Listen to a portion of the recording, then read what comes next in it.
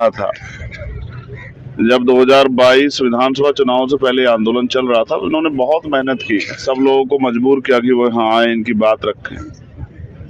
तब सरकार ने इनकी बात को मान भी लिया था, 68 नियुक्तियां रिलीज भी कर दी थी, उसकी लिस्ट भी जारी कर दी थी। अब कोर्ट का जजमेंट भी मैंने पढ़ा, जजमेंट भी ये कह रहा है कि ऑनरेबल कोर्ट ने भी ये कहा कि भैया आप पुराने लोग जो संशोधित लिस्ट है उसको भी रख लो, इसमें मिस्टेक्स हैं, और इसको भी रख लो, जिन लोगों ने वर्किंग कर रहे हैं उनको भी रखो, लेकिन इनको भी रखो जो लोग जिनकी नियुक्ति आपने जारी की है।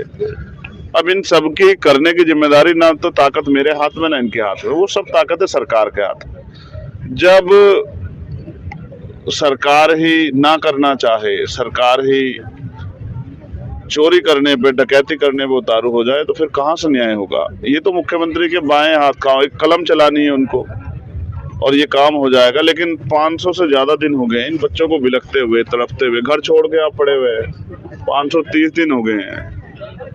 आप समझिए, वही लोग हैं जो सरकार बनाते हैं, ये वही लोग हैं जिनके घरों पे वोट मांगने जाते हैं, जिनके पैर छूते हैं, जिनको रिश्तेदार बताते हैं, जिनके पैर दबाते हैं, जिनके साथ बैठ के खाना खाते हैं। मगर 530 दिन से प्रदेश की राजधानी में बच्चे लड़ रहे हैं और सरकार गूंगी बहरी बनी बैठी है। स्पष्ट है कि वो इनको देना ही नहीं चाहती। अब आप ये सोचो, जिनके हाथ में, जिन्होंने मेहनत की है और जिनके हाथ से उनका नियुक्ति पत्र छीन लिया गया है, वो कैसा महसूस कर रहे होंगे। जब भी ये जाते हैं भाजपा के दफ्तर के पास या भाजपा के मंत्रियों से मिलने के लिए, सरकार उनके तो लाठियों से पीटते हैं। अभी मैंने देखा एक बहन, शायद वो प्रेग्नेंट थी, उसको और वो ऐसे उठा के लेके आ रहे, जानवर की तरह जो सलूक कर रहे हैं, जनता देख रही है। लोकतंत्र में इसकी कोई जगह नहीं है और सरकार ने चोरी की है। सरकार को इस बात पे खेद प्रकट करना चाहिए, लेकिन ऐसा लगता है जैसे भाजपा के लोगों का जमीर मर गया हो। मुझे भाजपा के मुख्यमंत्री से जो वर्तमान, उनसे कोई तकलीफ नहीं है। उसका कारण ये है कि वो तो करेंगे, ये तो लंबे समय से अन्याय होता है। लेकिन जो वहां दलित पिछड़े वर्ग के नेता बैठे, मुझे तकलीफ उन लोगों से। वो असल में राजनीति कर किसके ले रहे हैं। अगर वो इतने बच्चों की लड़ाई नहीं लड़ सकते हैं, इनके अधिकार नहीं दिलाते, जायज है, तो फिर वो किसके लिए राजनीति कर रहे हैं। इसका मतलब वो अपने स्वार्थ की राजनीति कर रहे हैं। उनके स्वार्थ की राजनीति के चक्कर में ये गरीबों के साथ अन्याय हो रहा है, इसकी जिम्मेदारी कौन लेगा।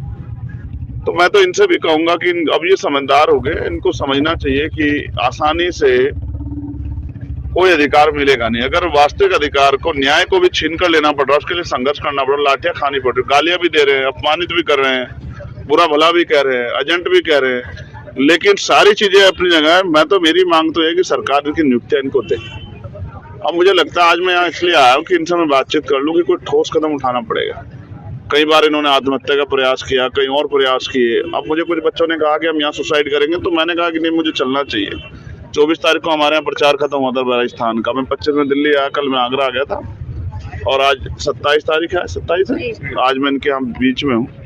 कल हमने संविधान को बचाने का संकल्प लिया, उसको लागू कराने का संकल्प लिया। उस संकल्प का यही मतलब है कि किसी के साथ अन्याय ना हो। लेकिन देश के सबसे बड़े प्रदेश में अगर अन्याय हो रहा है दलित पिछड़े वर्ग के बच्चों के साथ, हमारी बच्चों बहनों के साथ, तो चुप रहना ठीक नहीं है। तो आज हम बैठ के बात करेंगे कि हमें क्या करना है और एक बढ़िया